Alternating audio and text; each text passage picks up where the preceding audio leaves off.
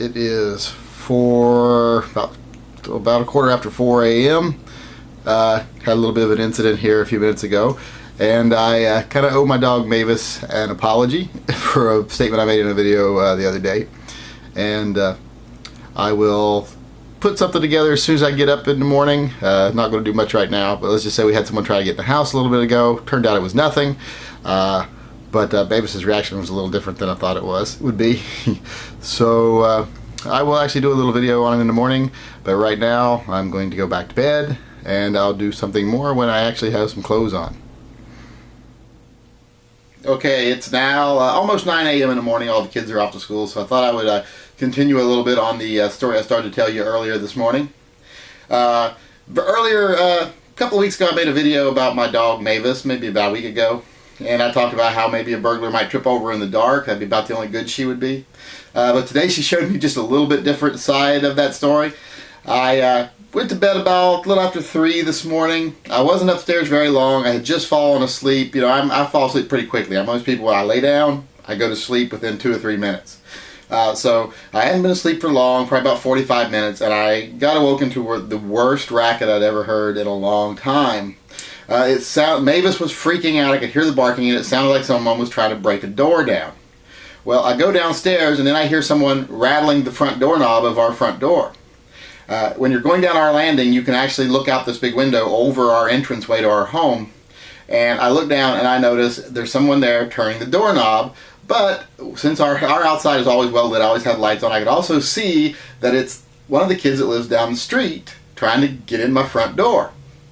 So I go down, and the bang, I'm like, why is he trying to sound like he's breaking the door down? Well, it wasn't him that sounded like he was breaking the door down. It was Mavis trying to break the door down from the laundry room out in the garage area into the house where she stays at night, from where she stays at night. So I decide, well, I gotta let her out so she'll calm down. So I go over and let her out, and I go to the front door to ask this kid what's going on, and I grab Mavis by the collar. I open the door. The kid is drunk as drunk can be. The kid can't be more than 15, 16 years old, but drunk. He lives about 4 or 5 doors down, and he asked me, is Tran home? And I'm like, you know, who the hell is Tran, and why are you trying to get in my house? Why are you turning the knob? About that time, Mavis, my dog, literally yanks all 220 pounds of me onto the ground trying to get away from me. Luckily, I kept a hold of her collar. But I mean, she went after this kid, and I had never seen her go after anyone in my life.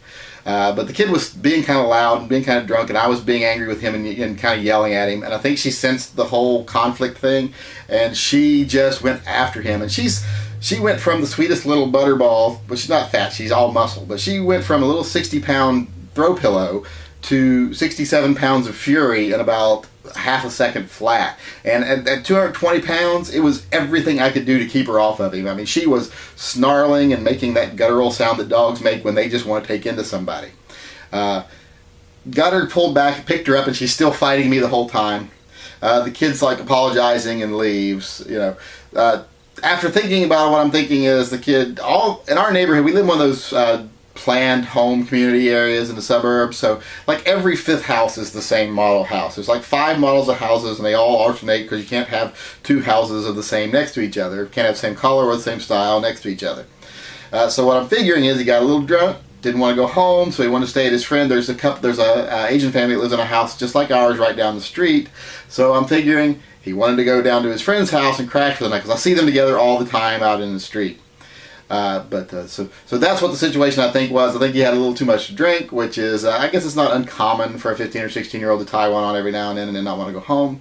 But he really came close to getting himself hurt. Not only could Mavis have torn into him, and of course, for those that are asking what I grabbed to go down there, because a lot of people say, what would you take if someone came in and like, since I've sold my P250 subcompact the other day, I haven't had a gun at my nightstand, so I've been keeping my everyday carry gun next to my bed at night. I just put it in my finger safe at night when I go to bed. So that's what I took with me. But I hope I see the kid today, because I just want to explain to him, man, doing stuff like that can get you shot or eaten by a dog. But that was my little non-home invasion story. It just turned out it was a kid trying to get into the wrong house. But it was kind of an eye-opener to see what Mavis can do when she's really angry.